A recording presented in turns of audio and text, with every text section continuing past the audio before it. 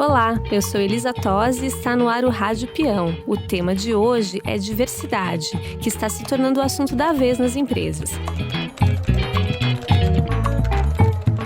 E uma pesquisa feita pelo LinkedIn no ano passado retrata bem essa preocupação. Segundo o levantamento, 78% das companhias priorizam a inclusão no momento em que fazem novas contratações. Não é isso, Mariana Poli? É isso mesmo, Elisa. Mas entre o recrutamento e o dia a dia de trabalho, há um longo caminho a se percorrer. A mesma pesquisa do LinkedIn revela que 27% das companhias não conseguem manter os funcionários de grupos minoritários em seus quadros. Esses dados mostram que, para dar certo, a estratégia de inclusão precisa ser mais profunda e não pode parar no recrutamento. Ela precisa permear toda a cultura organizacional. Um desafio e tanto para as empresas e para as lideranças. E é sobre isso que nós vamos falar em nosso terceiro episódio do Rádio Peão, o podcast semanal da revista Você S.A. No primeiro bloco, nós vamos discutir quais são as vantagens de ter equipes diversas e quais são os principais desafios que as empresas e os profissionais enfrentam na busca pela inclusão. No segundo bloco, vamos mostrar que estratégias as empresas devem usar para diversificar seus times e como combater os preconceitos que existem no ambiente de trabalho. Para este bate-papo, convidamos Ricardo Salles, sócio fundador da consultoria Mais Diversidade, e Niarcos Pombo, líder de diversidade e inclusão da SAP América Latina e Caribe. Ricardo, Niarcos, muito obrigada pela participação de vocês em nosso programa. Eu queria começar a nossa conversa com uma pergunta que ela é até simples, mas que eu acho fundamental para que a gente entenda o tema que a gente está tratando hoje. O que é diversidade? Ricardo, você pode começar? Posso, acho que é um excelente ponto para a gente começar.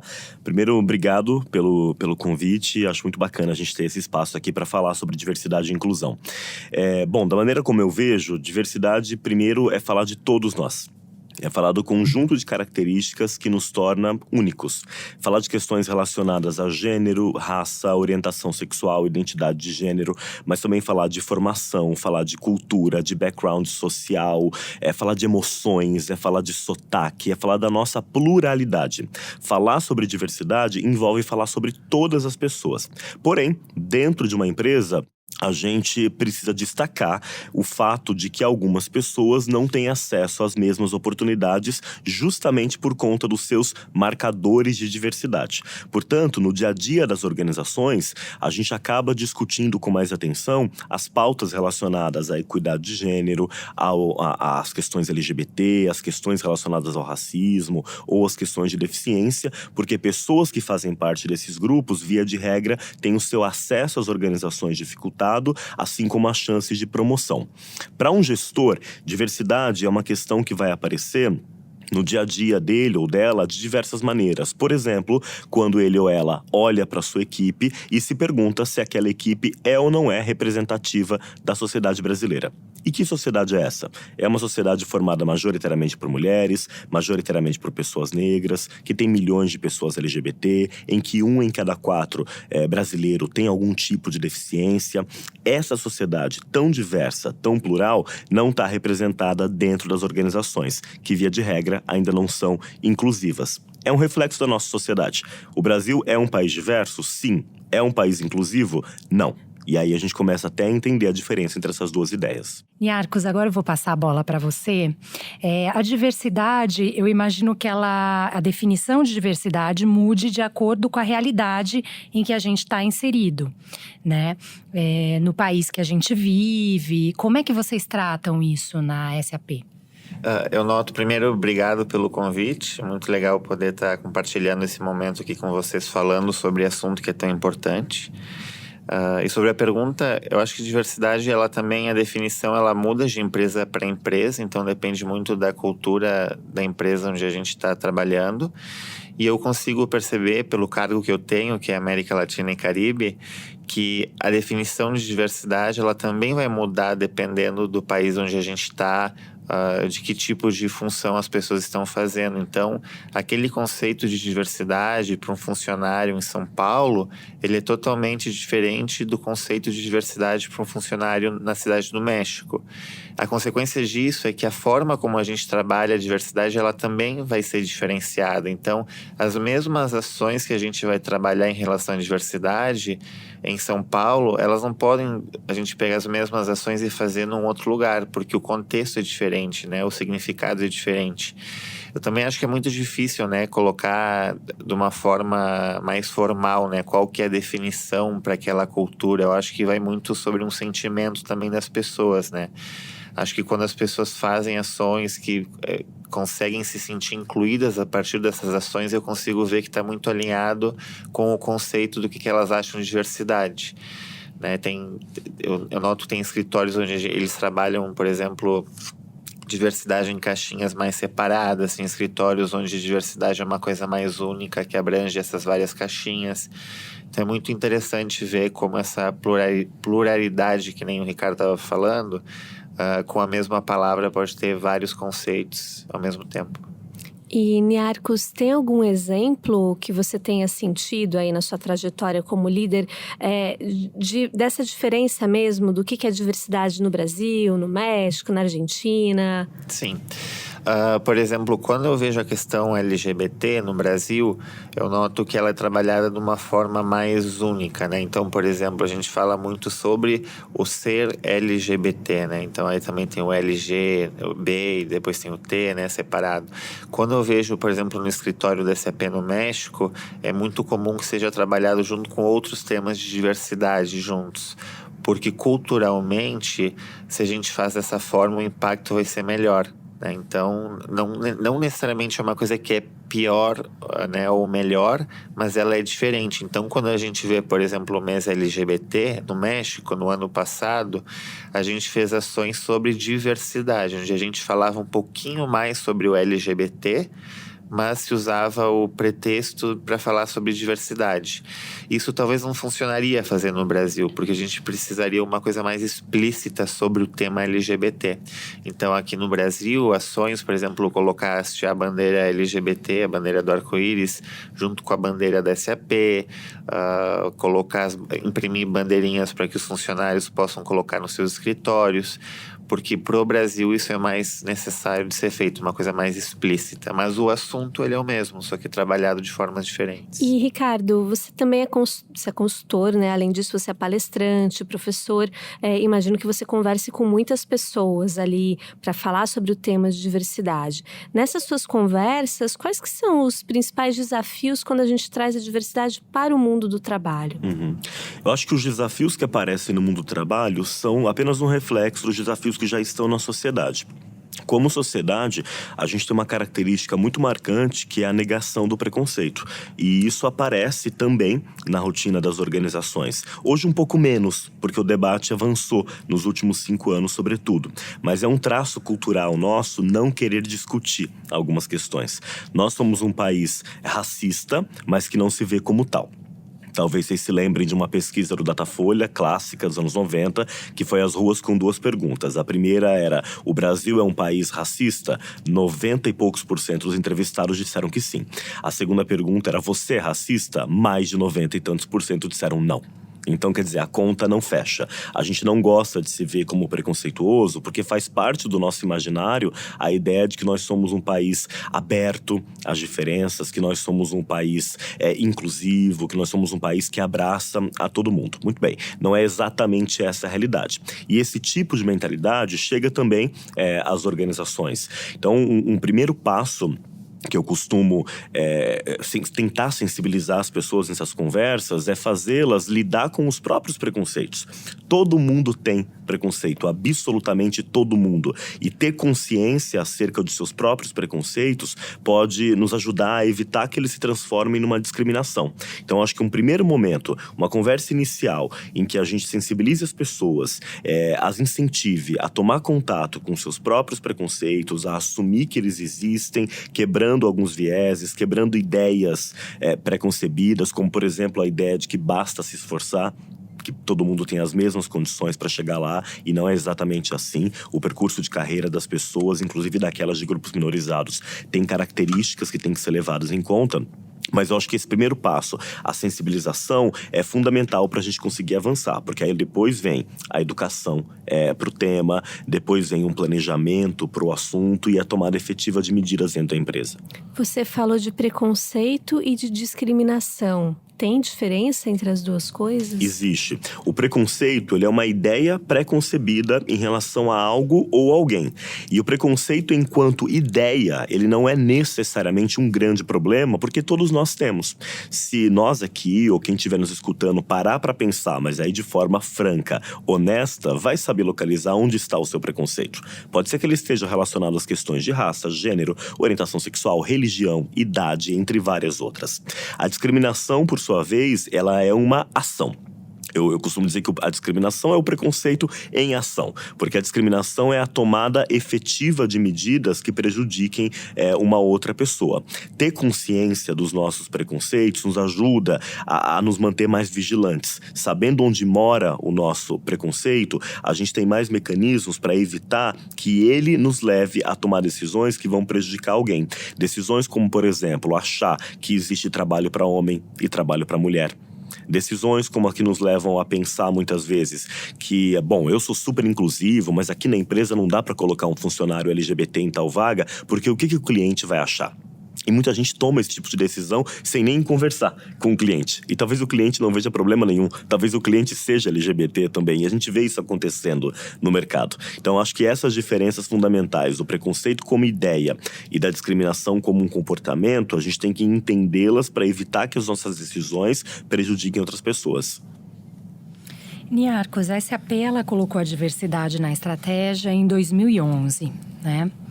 E hoje vocês atuam em várias frentes, né? Inclusão de mulheres, negros, LGBTs, pessoas com autismo. Como que tem sido essa jornada? As dificuldades que vocês encontram, os principais desafios e os aprendizados dessa caminhada? É bem complicado responder isso. Se a gente vai olhar, né? Diversidade é trabalhado na SAP a nível global há mais de 15 anos, mas realmente desde 2011 a gente colocou um foco mais forte na América Latina. Eu acho que no começo é uma jornada que tem que ter muita resiliência, é um caminho das pedras. No começo tem muitos questionamentos, eu diria que até revolta por parte de grupos, né? Lembro que quando a gente começou as iniciativas mais voltadas para LGBT, muitas pessoas falavam, ditadura gay dentro da empresa, né? E a gente pensa que como que vai surgir esses comentários, mas surgem, né? No começo, então, muitos grupos, né, que não aceitavam as coisas que a gente estava fazendo, muitos questionamentos, né, perguntando por que diversidade é importante, por que a gente está falando sobre isso dentro do trabalho, o que isso tem a ver, né, qual é a relevância. E aí eu acho que a gente foi fazendo muitos treinamentos, palestras, sensibilizações com os funcionários, e aí pouco a pouco os funcionários vão entendendo, e aí eu acho que vem uma coisa muito legal, que é a gente consegue ver os aliados vindo pouco a pouco. Então hoje eu acho que a gente tem uma população dentro da SAP que está muito mais educada no assunto de diversidade, tem gente que já virou embaixador sobre o tema, muitas vezes até sem a gente ficar solicitando isso ou pedindo, são pessoas que proativamente levantam a mão e falam, eu quero ajudar, isso aqui é importante, conta comigo. E hoje eu noto que já existe um consenso de que realmente é o direcionamento correto. Muitas vezes, claro, os funcionários podem não concordar com alguma visão da empresa, isso tá ok, né? O que a gente tem que fazer como empresa é seguir os direcionamentos que a gente tem a nível global e regional. Então, acho que melhorou muito, né? Mas no começo foi bem complicado, muita resiliência, falta de comprometimento dos líderes. A gente via, por exemplo, falta de verba no início. Então, hoje são coisas que a gente já foi superando. Hoje eu sinto que tem uma liderança que, em média, ela é super comprometida, mas eu sempre vou ter aqueles gestores que não estão comprometidos, porque é uma jornada, um trabalho que tem que continuar sendo feito. Acho que também tem mais redes, né, grupos de afinidade que a gente tem na SAP, então tem um volume maior, isso dá para ter um impacto de negócio muito maior, né, porque tem mais gente se voluntariando, né, passando um pouco essa mensagem, transmitindo para fora. Então, acho que hoje melhorou. Mas a dica que eu daria para qualquer empresa que está começando essa jornada é uma jornada longa, tem que ter muita resiliência, e são passos curtos. Só que quando a gente vai passando 2, 3, 4, 5 anos, a gente começa a ver os resultados. E aí, hoje, por exemplo, se eu falo com a presidente da SAP Brasil, a Cristina Palmaca, e falo sobre diversidade, ela genuinamente entende que aquele assunto é relevante. A tal ponto que ela já insere esses assuntos dentro da fala dela. E não é só inserir dentro da fala, porque ela faz isso no dia a dia, né? Então, a gente vê isso de uma forma muito orgânica, né, como parte da cultura. Mas talvez se a gente olhasse um presidente 10 anos atrás, isso ainda não seria tão natural. E Niarchos, você trabalhava na área de tecnologia. Isso. Né? Eu acho que é interessante você compartilhar a tua jornada também, né? Você era da área de tecnologia, desenvolvimento. Sim. E de repente você se transformou no líder de diversidade de uma multinacional América Latina. Né? Foi muito legal essa jornada. Assim, quando eu comecei na SAP, eu já tinha trabalhado em algumas outras empresas de tecnologia. E eu percebia que no time que eu trabalhava como programador, na época, né, eu era contratado em São Leopoldo, no Rio Grande do Sul. E aí eu lembro que eu sentia alguma coisa diferente no time em relação ao que depois eu entenderia que é diversidade e inclusão. Eu sentia que as ideias que eu compartilhava geralmente eram diferentes, então não era uma coisa, eu não seguia muito o que a maioria seguia, mas para mim era muito natural ter uma opinião diferente, uma forma de resolver que se diferenciava do grupo. E eu notava que muitas vezes essas ideias elas não necessariamente eram incluídas né, como parte da estratégia daquele time. E aí eu comecei a refletir muito, e no começo eu senti, não, mas o problema sou eu, talvez as ideias que eu estou dando realmente não cabem aqui, mas aí quando eu vi que outras pessoas entravam no time e tinham esse sentimento, aquilo veio, não, mas por que a mulher quando entra no time tem aquela coisa? Por que uma pessoa que é gay entra e sente isso? É estranho. Aí aquilo começou a fazer mais sentido, né? Pelo menos vi um padrão. E aí eu conversei com um gestor na época e ele falou, não, isso é uma coisa sobre diversidade e inclusão. E aí eu comecei a pesquisar, né? Isso faz quase 8 anos, né, atrás. Pesquisar o que era isso, aí eu vi que era diversidade e inclusão. Eu tinha muitos preconceitos sobre a palavra, né, diversidade e inclusão. Eu achava que era coisa bonita que as empresas falavam, que faziam, mas que não necessariamente traziam resultado. Ironicamente, agora é a minha função. E aí eu vi que, nossa, isso é muito poderoso, porque não é só sobre ser homem ou mulher, ou negro ou gay. É sobre o pensar diferente, é sobre como as minhas características, elas vão ter como consequência a forma como eu trabalho, como isso vai impactar no time. Então eu comecei a pesquisar muito sobre o assunto, fiz alguns treinamentos para o meu time, que no boca a boca foram virando vários times, e eu treinei 400 pessoas no Brasil, em grupos de 10. Isso sem estar estruturado ainda, foi? Tinha estrutura global, então assim, a gente tinha um time global na SAP de diversidade, tinha políticas, só que quando a gente trabalha numa multinacional, que tem hoje quase 100 mil funcionários, muitas vezes é difícil como aquilo que é global, que é uma política, realmente faz sentido na nossa realidade, né, no dia a dia. E naquela época não tinha uma estrutura para América Latina e Caribe. E aí eu fui sendo a pessoa que, como voluntário, fui fazendo. Eu acho que o que me deu muita prática, né, foi essa possibilidade, né, essa demanda que existia dos times sobre vamos aprender mais sobre diversidade, o que é isso? As perguntas, né, do dia a dia, assim, uma coisa é tu ler num livro, né, e ver um material na internet, outra coisa é a pessoa, sei lá, que tem uma mãe PCD chegar e te perguntar com uma carga emocional alguma coisa, né? A gente tem que estar preparado de uma outra forma, né? Que não é só tão teórico assim.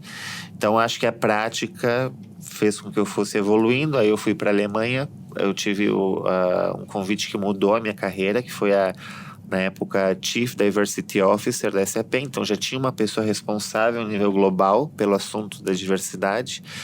Ela me ligou, então uma executiva, e falou assim, eu quero que tu trabalhe comigo por 1 ano e que tu venha para a Alemanha. E aquilo, nossa, mudou, né, minha carreira, né? Então, aí eu aprendi também como uma coisa é trabalhar iniciativas de diversidade num nível local, então num escritório. A outra coisa é trabalhar diversidade em nível executivo. Então, é diferente. Se trabalha mais com influência, a comunicação, ela é totalmente diferente. Então, eu fui me moldando um pouco disso. E aí, quando acabou esse 1 ano, eu acho que já tinha, por parte dos executivos na região, um buy-in, né? um comprometimento assim, de que não, esse assunto aqui é importante e a gente está fazendo um bom trabalho. E eu criei um business case, mostrei para o presidente da América Latina e Caribe, e aí já tinha todo um ambiente onde eles já achavam que esse assunto realmente valia a pena ter uma coisa dedicada na América Latina. E eles aprovaram o business case e é a função que eu tenho hoje, né? Já formalmente, acho que faz quase 5 anos. É uma jornada muito legal, né? Mas de muita resiliência também e com passos curtos. Perfeito.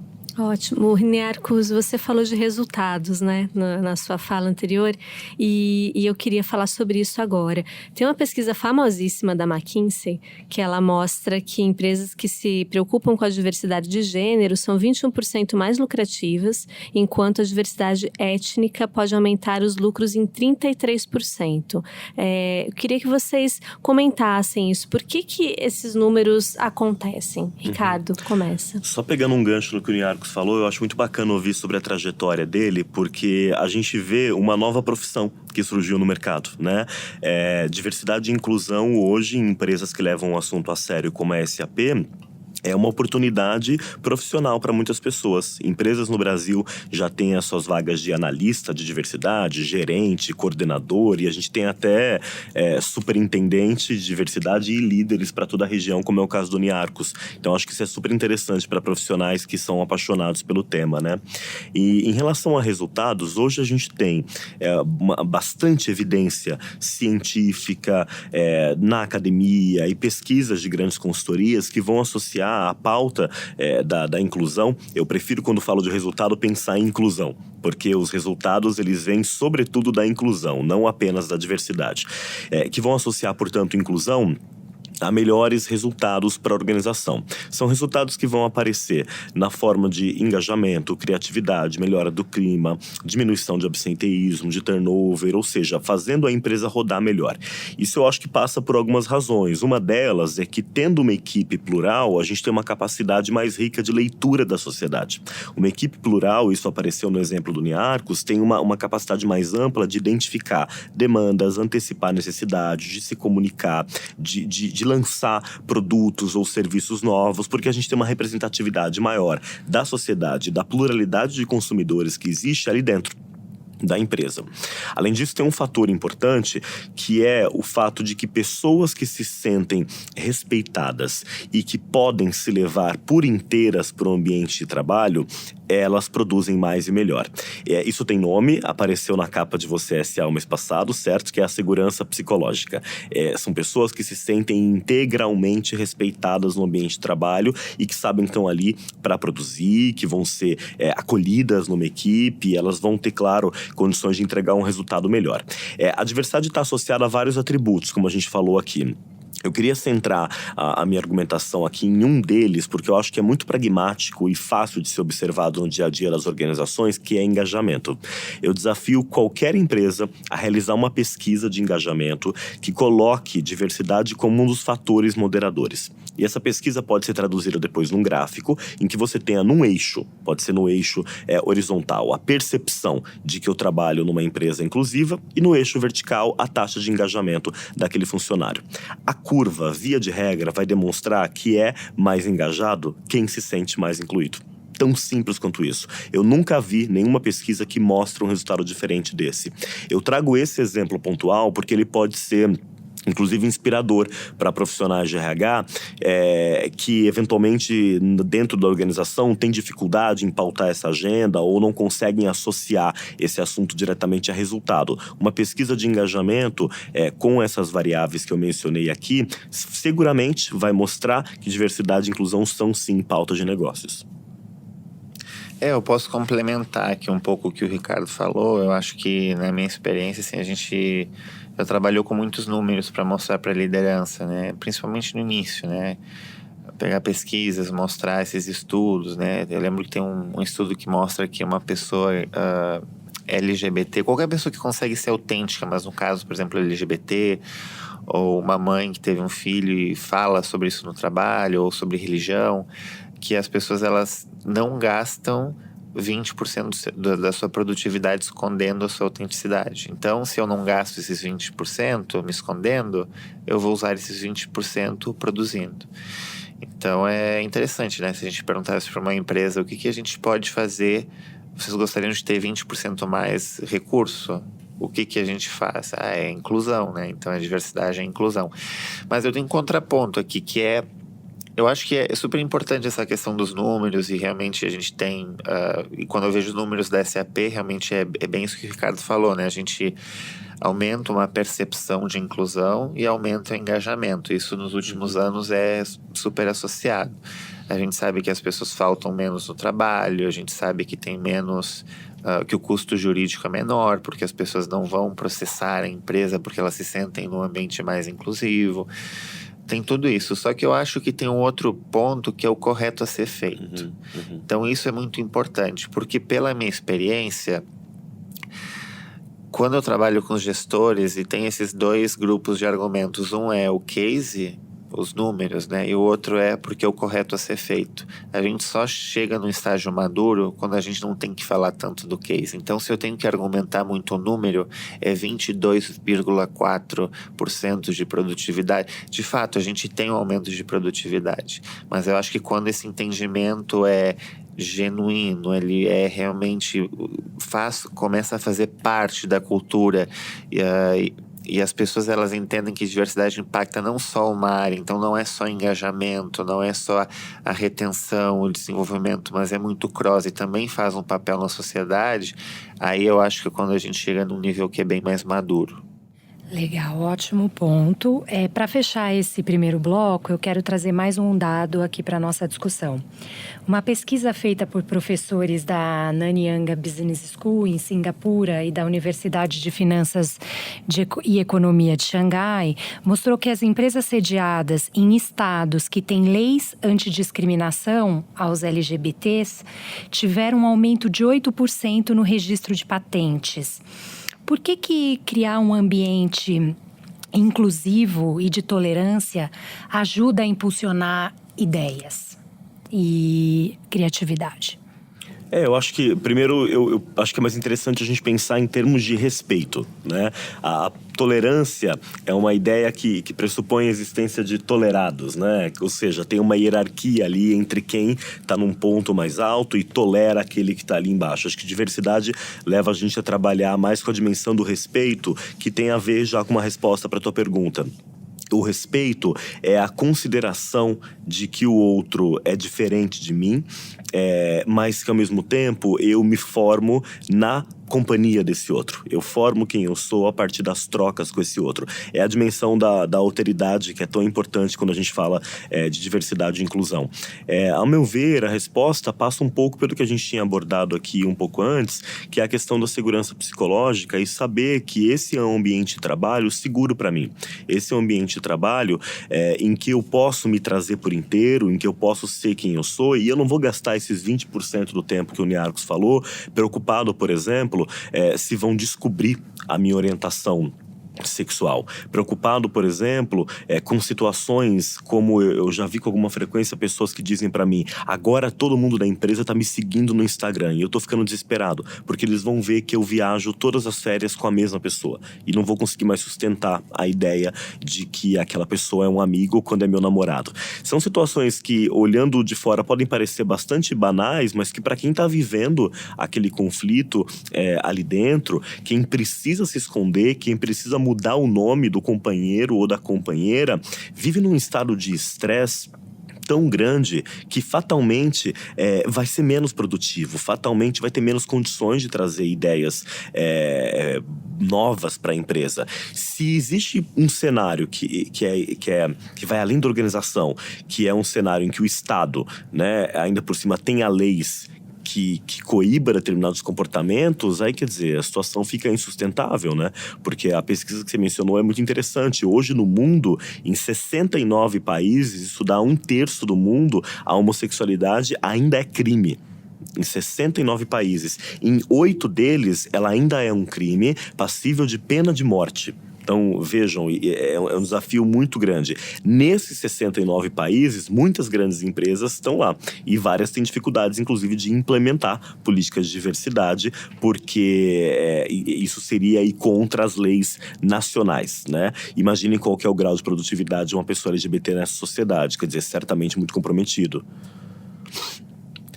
Eu acho que em relação a por que diversidade traz, né, a inclusão trazem mais inovação, eu acho que o fato das pessoas, né, serem diferentes, né, e terem esse ambiente onde elas possam ser quem elas realmente são, então esse ambiente inclusivo, faz com que elas possam compartilhar um pouco a consequência dessa diversidade. Então aí elas podem realmente compartilhar aquilo. Então, por exemplo, se eu vou fazer um software, né, para a Índia, para o país da Índia, e nós aqui fazemos o software assumindo que ninguém aqui tem algum conhecimento sobre a cultura indiana, a gente pode fazer um software e pode ser um software regular ou bom. Mas se eu trago uma pessoa que realmente vivenciou aquilo e sabe as necessidades, eu vou ter um software um pouco melhor. Então, a mesma coisa funciona com as características de diversidade. Se tem uma pessoa que, por exemplo, é um pai ou uma mãe, vai ter uma experiência que é sobre como é ter filhos, como é que é criar filhos, o que eu passo sendo um pai. A mesma coisa um LGBT, o que eu passo sendo um LGBT. E para mim, essa inovação, ela vem muito dessas características, né? Então, por exemplo, muitas pessoas LGBTs, elas... Não só quem é LGBT, né, obviamente, mas, por exemplo, muitos LGBTs, eles podem ser muito resilientes. Então, ali eu tenho uma característica, porque a história do LGBT, ela já vem com essa questão da resiliência, né? Ou, por exemplo, não sei, uma mulher, ela pode ter uma visão que é totalmente diferente de um grupo de homens. Então, acho que é mais a consequência dessa característica de diversidade, independente de qual é a característica. E tendo esse ambiente onde é inclusivo, onde eu posso realmente demonstrar as minhas ideias, ali eu acho que é onde aflora e a gente começa a ter essas opiniões diferentes, essas discussões. Acho que é muito importante também ressaltar que trabalhar com diversidade é custoso. Então, assim, se eu tenho uma roda de amigos e a gente vai fazer uma solução sobre um problema juntos, essa solução ela vai ser feita provavelmente de uma forma mais rápida, porque eu já conheço as pessoas, o nosso pensamento ele vai ser muito mais alinhado automaticamente.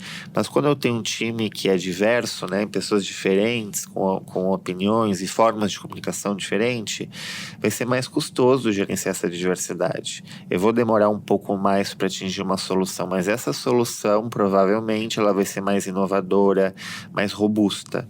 Então, acho que tem que ficar também um pouco disso, né? A gente tem que estar preparado para gerenciar toda essa diversidade também, que não é fácil, mas a consequência é essa inovação. E quando a gente pergunta para as empresas, né, a gente vê que a maioria das empresas de 100 anos atrás, elas já morreram. Então, a gente quer estar numa empresa que vai sobreviver com o passar do tempo? Sim. O que a gente precisa para isso? Inovação. E uma das soluções é realmente ter diversidade e esse ambiente inclusivo. Perfeito, acho que você trouxe um ponto bacana que é a capacidade que diversidade exige dos líderes, que é de gerenciamento de conflito. Numa equipe diversa, você tem uma possibilidade muito maior de existir conflito. Claro, as pessoas têm ideias diferentes, perspectivas, expectativas diferentes, mas conflito não necessariamente é um problema. Certo? O problema é o confronto. O conflito ele pode ser gerido, porque muitas vezes é de um bom conflito de ideias que podem sair excelentes inovações.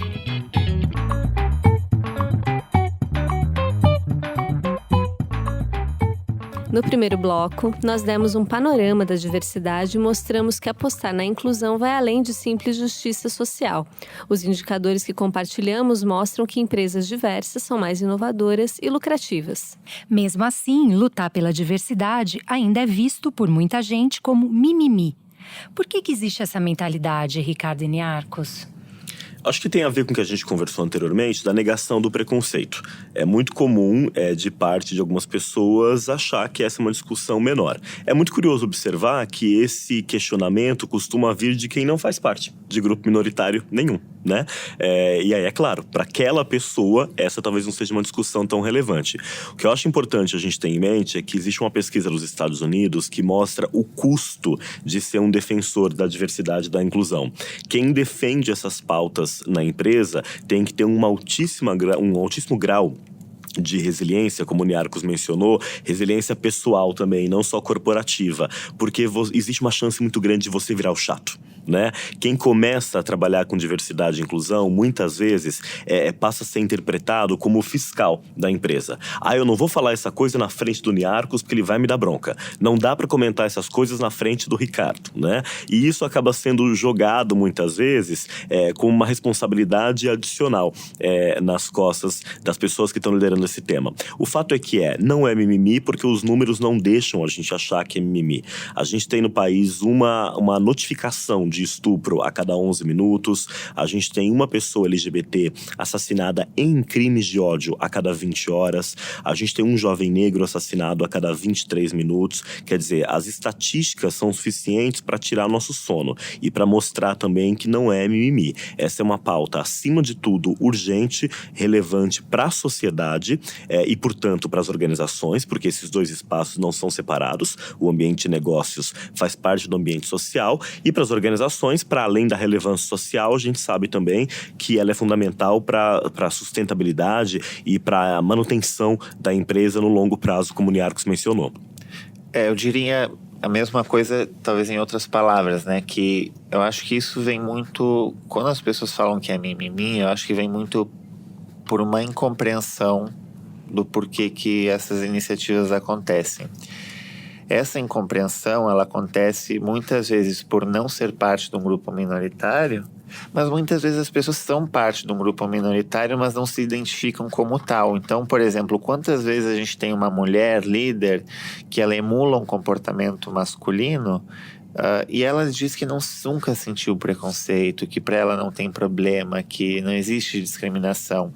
Pode até ser que ela tenha razão e seja assim, mas como eu sempre falo, né, não é que a minha experiência é uma verdade única para todo mundo. A minha experiência é a minha experiência. E eu tenho que dar vozes, né, eu tenho que dar voz às outras comunidades e às outras pessoas. Então, acho que quando as pessoas falam que tem mimimi, vem muito por não compreender realmente o motivo, genuinamente, do porquê que a gente se foca nesse tipo de atividades. Ótimo. A gente já falou um pouquinho no primeiro bloco sobre segurança psicológica, e eu queria voltar a esse tema, agora trazendo alguns dados aqui para a mesa, que vocês perceberam que a gente adora uma porcentagem, um dado, né? A gente tem aqui uma pesquisa feita pelo Boston Consulting Group, que eles perguntaram se as pessoas se sentem livres para serem quem elas são no trabalho. E os resultados revelam pontos importantes, né, Mari? Pois é, entre os profissionais que fazem parte dos grupos majoritários no mundo corporativo, que de acordo com a pesquisa é formado por homens brancos, heterossexuais, cisgêneros, não portadores de deficiência e com idade entre 35 e 50 anos, 78% dizem que podem ser autênticos no trabalho. Só que esse índice sofre uma queda de até 18 pontos percentuais com pessoas que se identificam com 4 ou mais aspectos dos grupos minoritários. Então, por exemplo, uma mulher que é homossexual, negra e portadora de deficiência. Diante desses números, o que as empresas devem fazer para que os funcionários possam ser quem são de verdade? Eu acho que corporativamente uma das coisas que mais tem sucesso são os grupos de afinidade. Porque um grupo de afinidade, o que é? Ele é um grupo de funcionários que uma empresa apoia, que dá voz a alguma comunidade. Esse grupo ele vai ter uma identidade, ele vai dizer como que ele se identifica como grupo e onde que ele quer chegar. Então, é muito importante, e é uma coisa que a gente faz muito na SAP, né? Não é sobre o que eu, como líder de diversidade, acredito que tem que ser feito. É o que aquelas comunidades diferentes acreditam que deve ser feito. O meu papel é habilitar com que aquilo consiga acontecer, articular e dar apoio para esses grupos de afinidade. Acho que isso é uma coisa que tem muito sucesso, que eu noto que na SAP realmente transformou muito a nossa cultura, né? Muitas pessoas participando, engajadas, um sentimento de pertencimento que aumenta muito só pelo fato de fazer parte de um grupo de afinidade. Eu lembro que uma vez eu estava falando sobre a importância da diversidade na Argentina, então era uma palestra, né, estruturada lá, com os slides. E aí, do nada, uma colega me interrompeu e começou a chorar. E falou, eu tenho orgulho da SAP porque minha mãe é PCD. E eu noto que a gente está se focando muito nesses assuntos, por exemplo. E aí eu não sabia muito o que eu faço, mas isso se eu vou traduzir para uma linguagem corporativa, né, mais voltada ao case, é retenção. Então, aquela funcionária, aquela colaboradora, ela tem um orgulho tão forte da empresa que ela vai pensar mais de uma vez antes dela sair, né? Então, qual foi a plataforma que ela teve para participar disso? Foi os grupos de afinidade. Isso prova, né, como falar de diversidade é falar das nossas questões. É falar de pessoas que não querem mais se levar pela metade para o ambiente de trabalho, né? Até, talvez, nos anos 90, a gente ainda ouvia aquela frase de eu chego na empresa e eu deixo todos os meus problemas na porta. Aí eu vou trabalhar. Depois eu saio da empresa, pego os meus problemas e eu vou embora. Isso nunca existiu. Mas com a tecnologia, menos ainda, né? Porque a gente não consegue hoje nem estabelecer uma divisão muito clara entre o que é trabalho e vida pessoal. Tudo isso está muito nublado e vale para as nossas questões todas. Se eu puder agregar um ponto que o Niarchos trouxe, acho que além dos grupos tem um ponto fundamental que é liderança. Uma liderança que a todo momento reforça que a diversidade é importante, que aquele ambiente é inclusivo e que, claro, demonstra com base em atitudes, em comportamentos no dia a dia que isso de fato é um valor para a empresa, ela encoraja a sua equipe a ser ela mesma. A gente tem estudos, por exemplo, que mostram que uma pessoa LGBT tende a sair do armário com mais facilidade quando o seu gestor também é LGBT, porque isso passa para ela uma sensação de segurança novamente. Você falou agora, Ricardo, sobre liderança, era exatamente o próximo tema que a gente gostaria de tratar. Como é que você inclui a liderança nessa conversa? Porque às vezes é difícil, como o Niarchos estava comentando, no começo existe muita desconfiança sobre o tema da inclusão, e os líderes têm uma agenda que eles têm que cumprir, então tem os próprios resultados para entregar, e aí, ela vem o Niarchos falar sobre diversidade e inclusão comigo. Como é que faz para os líderes abraçarem essa causa? Olha, eu acho que passa por dois caminhos. Tem um mais pragmático, que acho que é mostrar para as lideranças que essa é sim uma pauta de negócios como qualquer outra. Essa não é uma pauta separada dos resultados da organização. Ela tem profunda relação com o negócio. E aí, nesse sentido, os números são nossos aliados. A gente tem tido na consultoria uma experiência muito boa capacitando as lideranças, educando as pessoas para os temas. Alguns desses assuntos, dos quais a gente está tratando aqui, são novos para muitas pessoas. Elas não têm referências. Tem gente que conta pra gente assim, eu quero falar, mas eu tenho medo de cometer um erro, tropeçar numa expressão. Então, existe um trabalho de acolhimento dessas pessoas também e de educação para o tema. Esse é um lado mais pragmático. Tem um outro que eu acho que é fundamental, que é o lado pessoal. É entender, como a gente falou lá no início, que falar de diversidade é falar das nossas questões todas. O exemplo que o Niarchos trouxe da funcionária da SAP na Argentina, eu já vi de diferentes formas em algumas empresas, quando você percebe que tocou aquele líder, quando ele entende, por exemplo, que eu não estou falando mais que mulheres ganham 23% a menos que os homens de forma genérica. Eu estou eventualmente falando da filha dele, que está na universidade, vai ter menos oportunidade. Eu não estou falando eventualmente de qualquer LGBT que é vítima de violência nas ruas. Eu estou falando de um sobrinho que ele tem e que eventualmente pode ter sofrido algum tipo de violência psicológica em casa e por aí vai. Eu acho que tocar as pessoas num ponto pessoal é sempre fundamental. Não por acaso, os líderes que eu vejo mais engajados com o tema diversidade e inclusão ou são naturalmente, né, diretamente envolvidos com essa pauta ou se aproximaram dessa pauta porque tem algum amigo, algum parente, mulher, LGBT, pessoa com deficiência, pessoa negra que sofreu algum tipo de violência. Ricardo, como é que você acha que está a maturidade das empresas brasileiras quando o assunto é diversidade e inclusão? Porque a SAP já está num nível bem alto, está na estratégia, né? Tá incorporado. Mas, no geral, as empresas, como é que elas estão tratando esse tema? Eu acho que avançamos muito e é preciso destacar isso. O avanço que a gente teve na pauta de diversidade e inclusão no país nos últimos 5 anos é algo absolutamente inédito. Esse virou o grande tema nas conversas com gestores e gestoras de recursos humanos. Muitos presidentes de empresas têm esse assunto hoje como parte de sua agenda prioritária e é muito bom ver vários deles falando sobre o tema com alguma propriedade. Então é importante primeiramente destacar os avanços. No entanto, esses avanços não aconteceram ainda na velocidade que a gente precisa. Temos que acelerar muito mais porque há muito trabalho a ser feito e não aconteceram para todas as organizações. Falar sobre diversidade hoje ainda é uma pauta de grande empresa, via de regra, e com um recorte mais específico de empresas globais, empresas internacionais. Eu tenho notado de 2018 para cá uma entrada maior das empresas brasileiras nessa pauta, das grandes empresas brasileiras, mas ela ainda é tímida. Pronto, para onde a gente vai caminhar? A gente precisa, de fato, trazer todas as empresas de grande porte para esse tema, porque na medida em que as grandes empresas trazem a questão de diversidade para o centro da sua estratégia de negócio, elas acabam por puxar as médias e pequenas, porque uma empresa que tem uma governança, que tem um sistema de diversidade, ela termina por ter também uma expectativa muito alta nesse tema em relação aos seus fornecedores. Então, quem vai prestar um serviço para uma empresa que avançou nessa pauta, um fornecedor médio ou pequeno, provavelmente vai enfrentar no seu caminho algumas perguntas ali sobre representação de mulheres na empresa, cumprimento da lei de cotas, políticas de compliance, entre outras coisas. Portanto, ainda temos muito espaço para essa pauta crescer e acho que é para onde a gente vai caminhar.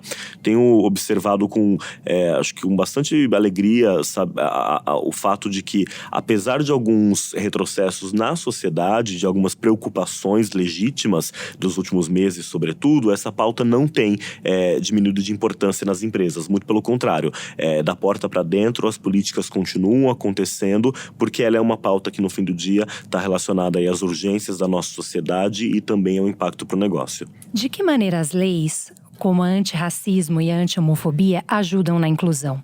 Eu pergunto isso porque o nosso presidente, Jair Bolsonaro, declarou que com a lei anti-homofobia as empresas terão medo de contratar os profissionais LGBT.